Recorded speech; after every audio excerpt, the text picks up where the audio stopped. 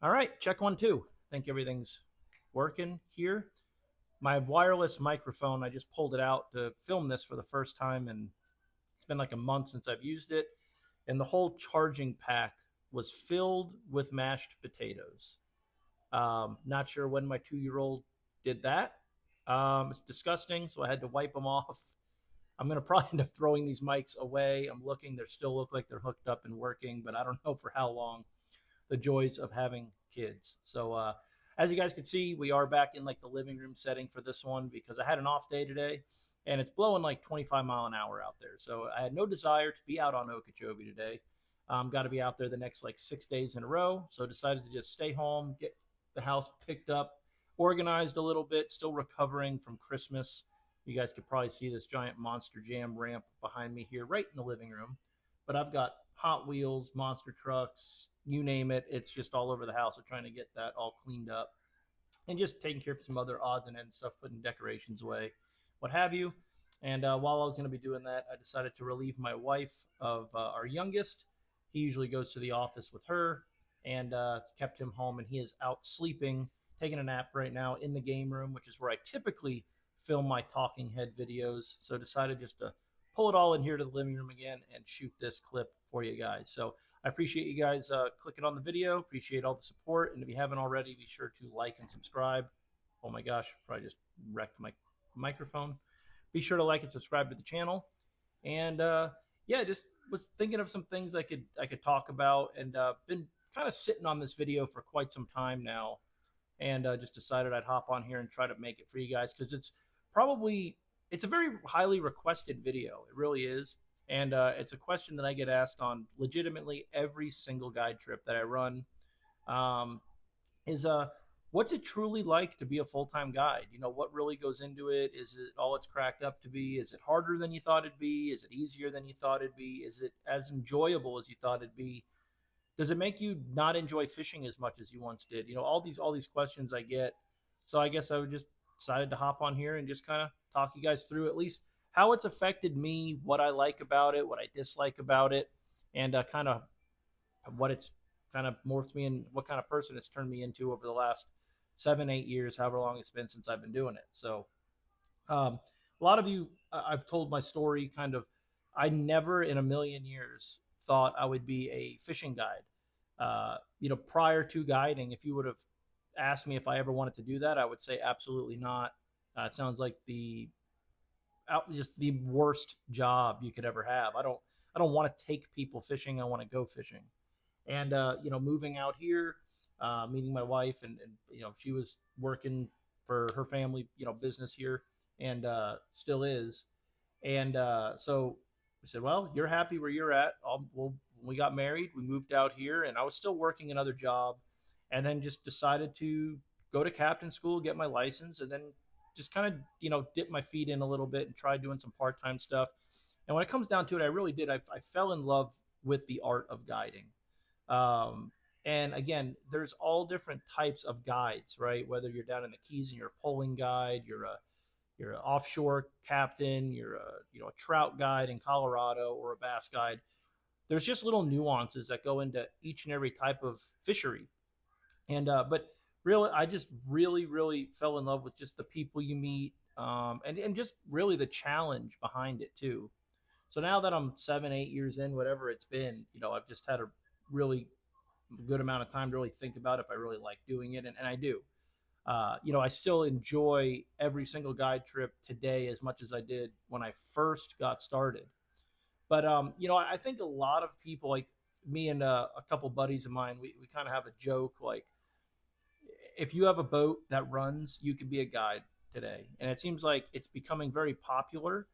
And again, I'm not knocking anyone or any of the new guides that are on the lake or really in any body of water throughout the country, because it is an awesome way, you know, to make a living, or you know, to go to work every day. You are going fishing, um, but I think there's a lot of misconceptions with that come with guiding, right? Like I think people just look at it and it's like, man, you get to be on the water every day and you know, and just go fishing, but you do that, and that is really what it is.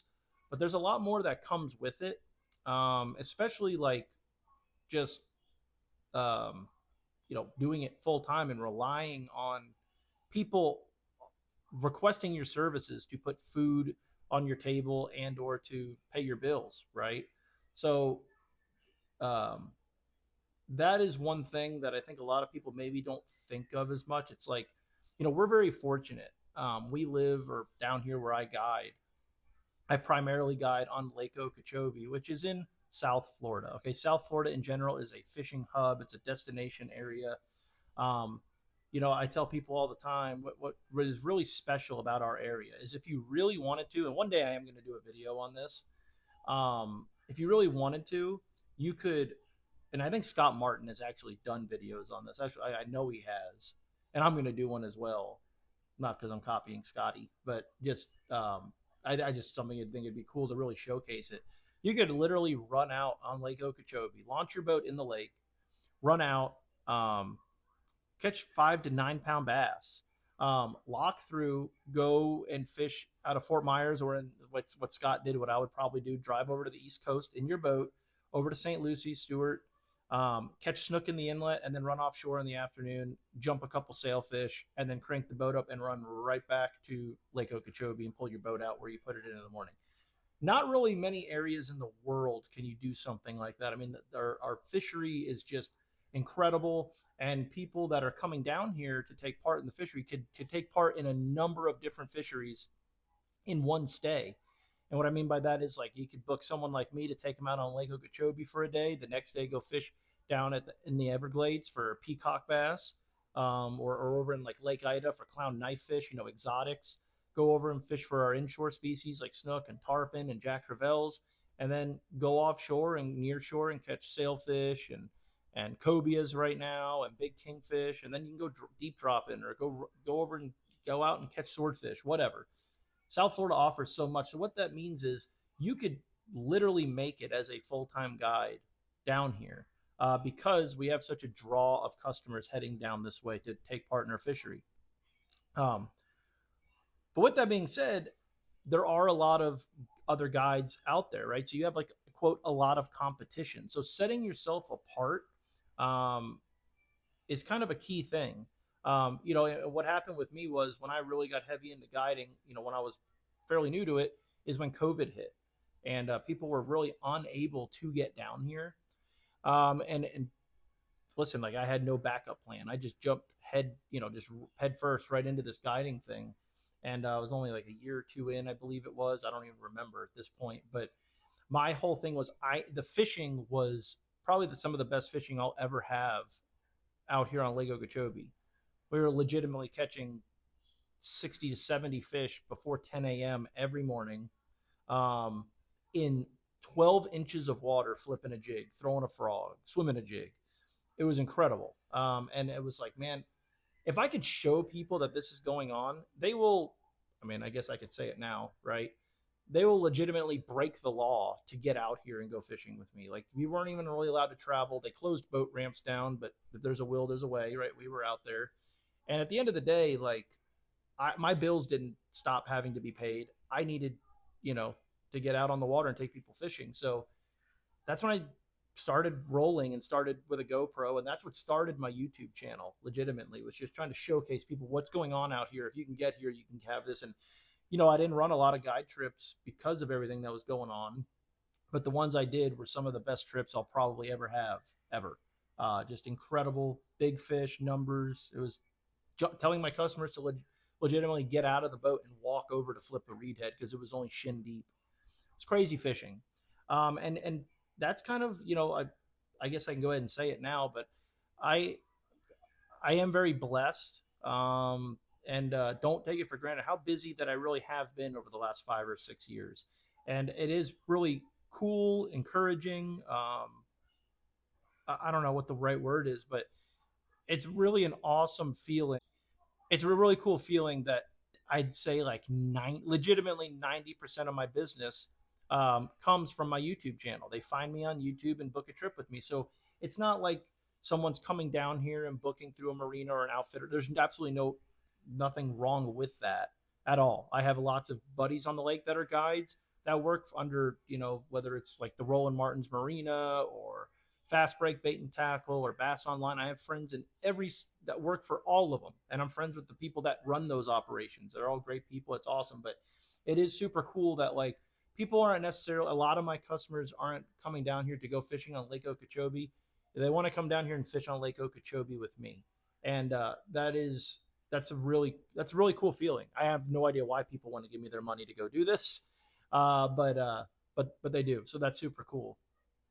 So that's one thing. Like as a view of a, I'm going to give any of you that are looking to become a guide advice. Like create your own brand. I mean, in today's world, set yourself apart, do your own thing, and be real on camera. I've never faked it.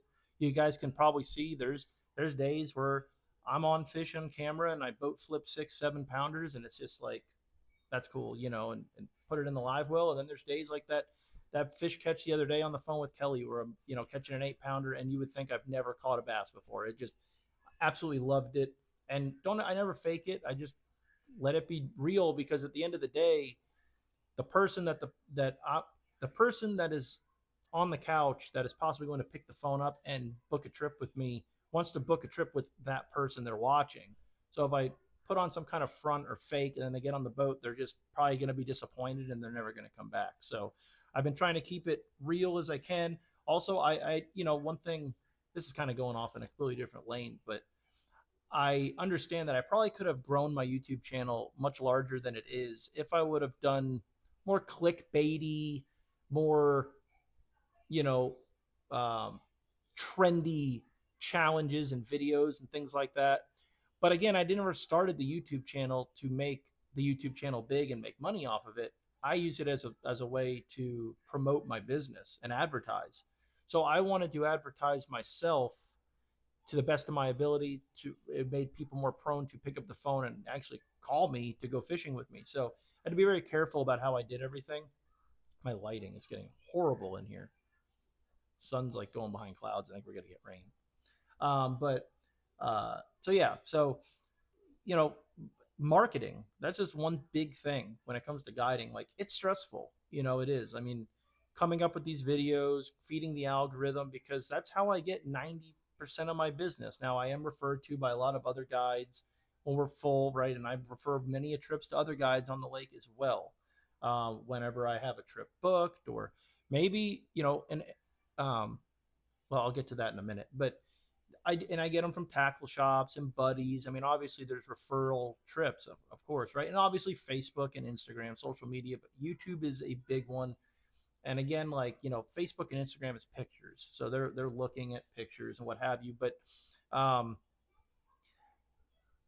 if someone's taking their 9 and their 12-year-old kid on a boat, they want to know who they're getting in the boat with. So I think making these talking head videos, just having a YouTube channel, people get a really good sense of who they're getting in the boat with, and that's helped. But there is a huge pressure that comes with drawing up your own business and drawing up your own trips, and it does get stressful because there are slow times, right? There's times I don't work for 4 weeks straight.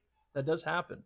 So that is something that's stressful when it comes to being a guide, that a lot of people don't think of. Is this isn't something people have to do. So this is just, you have to pray that someone's in a financial position where they can offer, or withstand us pay this money, not only to pay you, but to get down here, lodging, food, fuel. There's a lot that goes into it. So, but now as far as the actual guiding thing, all right, sorry about that. We are back again. My buddy Chris is outside working on my brother's boat, redoing his steering, and he dropped a plastic piece, some spacer or something, in my grass. It was having a panic moment. He's like, dude, I can't find it. I've been looking for it for 20 minutes. I need another set of eyes. But we ended up finding it, and now my brother can drive down the Rim Canal without worrying about losing steering. So Chris has been getting plugged a lot on my channel lately. He just won the 2-day Roland Martin Marine Series Classic for 40 grand last month. But awesome mechanic, awesome fisherman. If you guys are down here with your own boat, run into any mechanical issues, or you're a local and you just, watch my channel, Lake and Sea Mobile Marine will get you going. We'll fix anything you got. I will put a description, or his information, in the description of this video below. But yeah, getting back to the topic of guiding. When it comes to actually guiding somebody, right? A lot of people are under the impression that most of my trips are ran using live bait. And for whatever reason, that's just not the case for me. I don't know. My clientele is more tournament based fishermen, I guess. I don't know. Maybe it's because they're who finds me on YouTube. But I'm going to be generous and say I run 10 shiner trips a year. And that might be exaggerated a little bit, you know, on the greater side. I think it's more like 5 or 7. I just don't get asked to do it. And at the end of the day, it's actually a little more difficult for me to run live bait trips than artificial trips, right? I like to move, I like to be moving, I like to cover water. And it just adds an added pressure to me having someone purchase another $100, $150 in bait. And then if you go out there and it's still a slow day, it doesn't fit my style. And again, there is a lot of people think, oh, they kind of poo poo shiner fishing. They think you just hook a shiner on, throw a cork out there, and it gets eaten. That's not really the case. There is a nuance, there is a skill set that makes a very good shiner guide, and there are some that are just phenomenal out there. And I shouldn't say shiner guides, guys that are great at artificial fishing and using shiners. I just don't get the trips where I get lined up to do it very often, so I suck at it, frankly. So most of mine are artificial trips, but with that comes another kind of challenge in itself because every customer has a different skill set. You have some customers that are, maybe have never fished grass, maybe have never even used braided line before. I mean, you hear it all, and it doesn't matter how big of a group of fish you're on. If it doesn't line up with this customer's skill set for whatever way or whichever way you configure it, it really doesn't matter. Which is why I don't run my trips out of one particular boat ramp. I live down here on the south end of the lake, but I fish all around the lake. I put in either here, Clewiston, Harney Pond, or Scott Driver, and I'm might use all of them in 1 week. And I like to have a real good feeling as to what's going on all the way around the lake and have a lot of different groups of fish located for every set customer that may be coming out with me that week. If you have people that are novice, they're very, they're just getting into the whole fishing thing. They want to learn, but they're just getting into it. Their skill set is just, they're more of like an amateur fisherman. There's absolutely nothing wrong with that. And maybe I need to have them in more of an open water situation where you're throwing a speed worm. You can kind of coach them through. You can see the bite, before they even know they got one, talk them through setting the hook, and can just kind of coach them through the process. Whereas then you might have another angler who's a very seasoned veteran and he knows how to flip mats and throw a frog and things like that. But a lot of people are under the impression it's like, if you're on a group of fish, well, then you're good for the next few weeks of guiding. And that's not true. I mean, because at the end of the day, these people are paying you to catch fish, right? And at the end of the day, like, you can't say to them, well, we're around them ripping a chatterbait out of this grass, but you don't know how to throw a chatterbait or rip a bait out of grass, and so you're just not going to catch them. That's not their fault. So then you have to adjust accordingly and put them on fish, and and again, be more of like a mentor or a coach, in some cases. And then there's other cases where you got guys that I run a lot of trips where people don't care to even catch a fish. I have a lot of times where people say, man, I just want to learn how to flip. I want you to walk me through what you're flipping, why are you flipping to this instead of this, what line do you use, rod, hook, setting the hook, like all the little nuanced deals that go into flipping. And I have run a lot of those trips, just teaching people the ins and outs of it.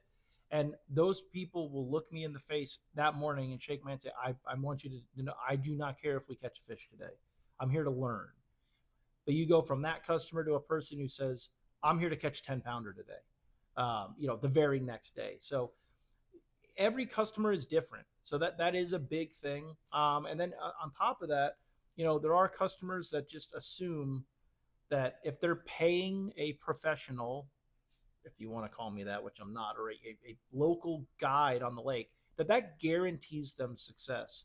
And you could, again, I'm not naming names or anything, but a lot of them aren't repeat customers of mine, but you could get that sense from that person as soon as they get in your boat. And that is very far from the truth. We are going to do, if you hire the right person, we're going to do the absolute best of our ability to make you have a day that you'll never forget. But at the end of the day, Lake Okeechobee, they see the Scott Martin Challenge videos and the Roland Martin videos and all the FLW Tour videos of all these guys holding up all these big fish. And they do live here. They swim here. It is one of the best lakes in the country, but it's just like any other lake. It has its days.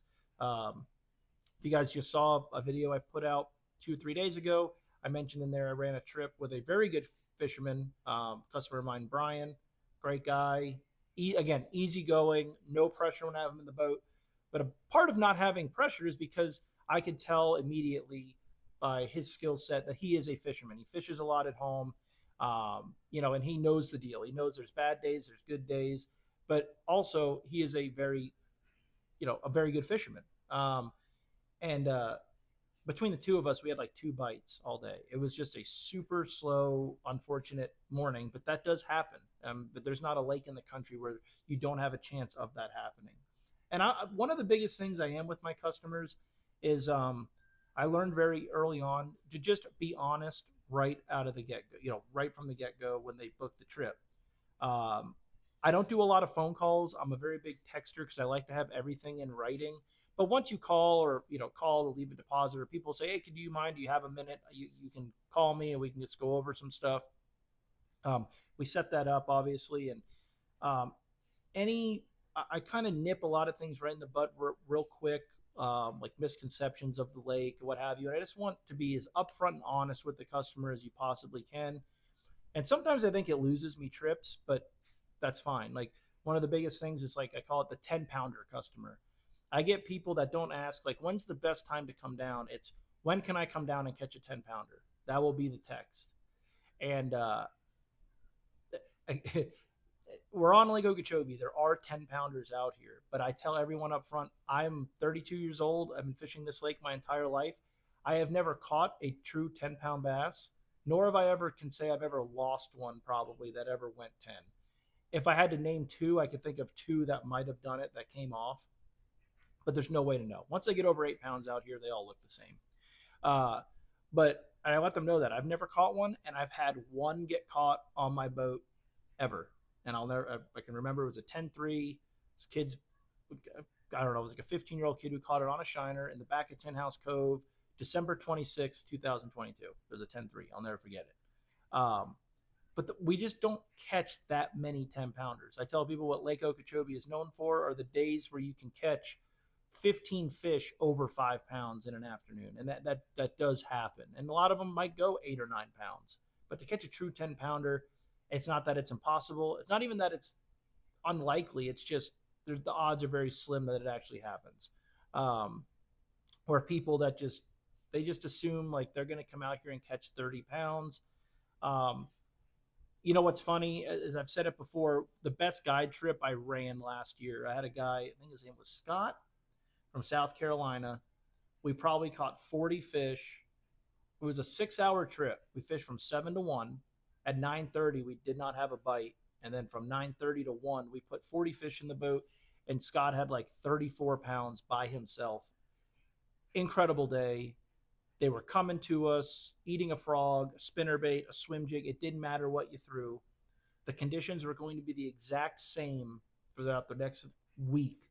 And Mike and Hillary, repeats of mine from South Carolina or North Carolina also, came down the following 2 days following that trip, and I think we caught 3 bass in 2 days.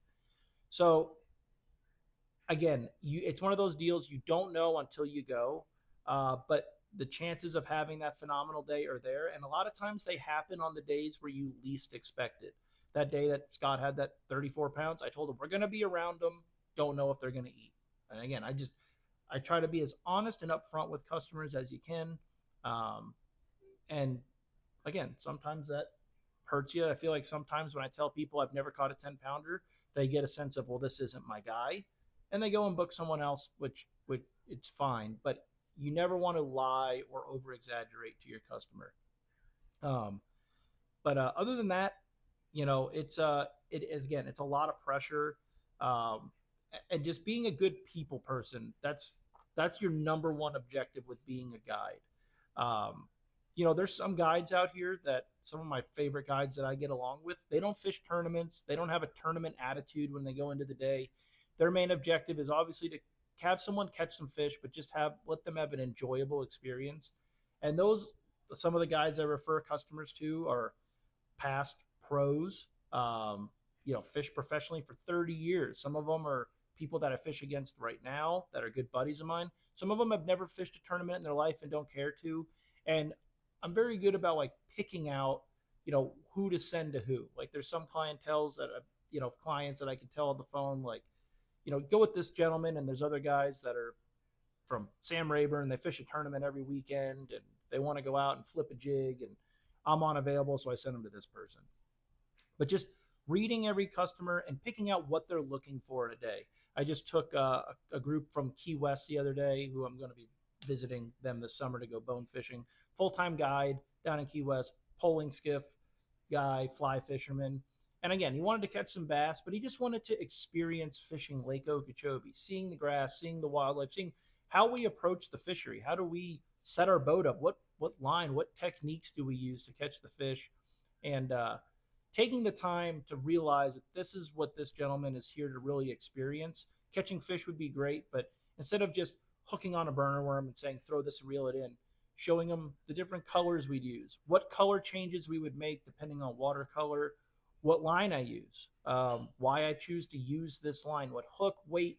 There are fish heads out there like me, myself, that is more what they're into than catching a fish. And me, like when me and my wife went to Costa Rica the one time, I never cared if we saw a fish the entire time we were there. I was more into, how do these guys rig the baits? What baits are they fishing? Are they fishing mainly lures? Are we pulling ballyhoo? How do they rig it? What leaders, hooks? And I'm like that no matter where I go. We went to Chickamauga. Just, I mean, talking to the locals there. What are you looking for? What what's your approach? What's the technique you use this time of year? Just the random example, a lot of you guys are probably going to laugh at that watch my channel, but the whole red rattle trap thing. We threw red rattle traps for 2 days and never had a bite until we realized, oh, you don't like swim the rattle trap, you drag it on the bottom like a worm.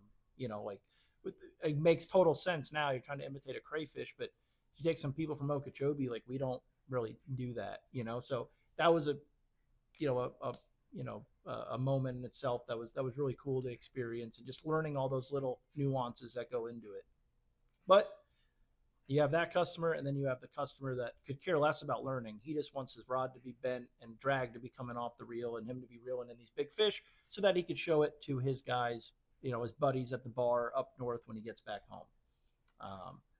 But little things, just reading people. And again, I've always told myself that I feel like I am a good people person. I love talking to different people, meeting different people. The relationships and friends I've made along the way have been awesome. And looking back now, I mean, I super blessed that I get to do this for a living. And one thing is I worked office jobs, I worked retail, and I really do I take a moment every morning now when I'm running out, whether it's out of Slims or out of the Kissimmee River, when I'm on this lake, and whether it's in the morning, the afternoon, and I get my boat up on plane and I'm driving and I look, and I've either got 2 kids and a dad, or just a lone gentleman or a husband and wife in my boat, and they're like kind of high-fiving like we're going. It's like, this is my job. I'm working right now. I'm taking someone to showcase them this awesome lake, and maybe the weather is horrible and maybe the fishing's horrible. But at the end of the day, they're fishing. Like, we're outside, we're doing something, and I could be in a much worse place. But yeah, I don't really have very many horror stories. I've got a couple, which I'm not even going to get into. There have been bad trips, but again, I've been at this for like, I think 8 years now, full time, 7 years, something like that. And I can't even take up a whole hand of bad customers. I've got to meet a lot of very good people. I've learned a lot from them. And that's what people are looking for. They want you to show. Oh, another thing, um, effort. That is one thing that I tell a lot of these guides that I like now. That it's like, that are maybe new to it, is like, put effort in. I treat every single trip as if it's a tournament, right? And at the end of the day, there's more on the line than there is in a tournament situation. It's like, this is someone's hard-earned money they're giving you directly to you. And in a tournament, it's like, I'm gambling the money and it's fun. But to them, like this is a higher stakes thing. They're not looking to win any money. They're not getting their money back any either way, and they're just um, trusting you to do the right thing with their time. And it's a pressure, which I like. It's a challenge. Again, you have to configure, you have to figure in everything I just mentioned, their skill set and stuff. But at the end of the day, that doesn't matter. That's your job as the professional to work with what they can do and have them have an awesome day. And yeah, I mean, do what you would do in an event. If you put your boat in at a ramp because you have an idea of a plan where to go, and you go there and the water is dirty and you assumed it was going to be clean. Well, I don't lay up. I don't say, well, this is what I was going to do today. And man, the water's dirty, but we're going to work with it. It's like, well, I know I just ran 10 miles this way, but I know if I run 10 miles the other way, so now I'm going to be running 20 miles back the other way, I know that water's clean. Yeah, I'm going to burn fuel. Yeah, maybe it's a little bit of a rough boat ride, but you know what? This is might be this person's one time they're ever going to get to fish this lake. And you got to do the right thing. If I was in a tournament, I'd think nothing of it, and that's just how I think of these trips. Run up there, and sometimes again, I'll okay it with the customer. Listen, we might catch some here. I don't know, but I know you only got 4 hours. We just spent 10, 15 minutes running down here. Do you mind blowing another 30 minutes to run up here? I think it'll be beneficial. I think, the fishing conditions will be better, will be cleaner water. And sometimes people don't want to go for a long boat ride. Maybe it's too cold. And they say, you know what? I'm happy out here. If we catch a fish, that's great. I'm just enjoying being out here.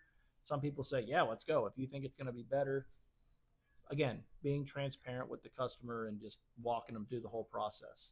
Again, they see me on the screen, but they don't really know who I am, and they're just trusting me to get in a boat and run them around at 60 mile an hour and not throw them out and hit an alligator or what have you. So just try to walk people through the whole thing. But I absolutely love the job. I love that I get to do it every day.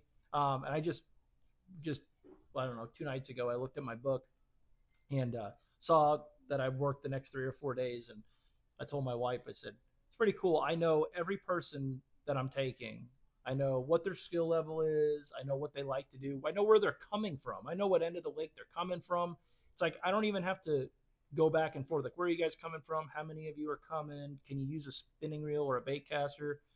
I already know the situation, and it's just I could send them what time we're meeting and what boat ramp, and it's all said and done. And that's a pretty cool feeling. These people have been fishing with me for, I don't know, some of them 3-4 years now, so it's pretty awesome. But that's it. That's I don't know. That was my kind of summary of what it's like being a guide. It's a lot of work, but it's very rewarding. And when it comes down to it, point blank, I get to be on the water taking people fishing every day. So there's not much to complain about. But that's it. I think my little guy out there is starting to wake up. So we're going to, I think we're actually going to wake him up, feed him. And then I got some stuff I want to go shoot in my boat. So you guys might see him on my next video. You guys have seen Lake, and I don't think Braden's ever been on the channel, and he's very upset about it. So you guys might get to meet him on the next one. But I appreciate you guys watching. If you guys want to book a trip, February's fairly open. January's fairly booked up, and March is fairly open too. The end of March is getting crowded. April and May, I've got very few days left. So if you guys want to try and get in April and May, that's like flipping a big jig, throwing a big swim bait, maybe some schooling fish, and everyone's favorite, throwing a frog. That's why it's getting booked up. Let me know. But the lake's dropping very fast. The fishing's going to just continue to get better as we get later in the year now. And I've got some dates open in February and March, so let me know. But appreciate you guys watching. Like and subscribe, and I will see you guys on the next one. Tight lines.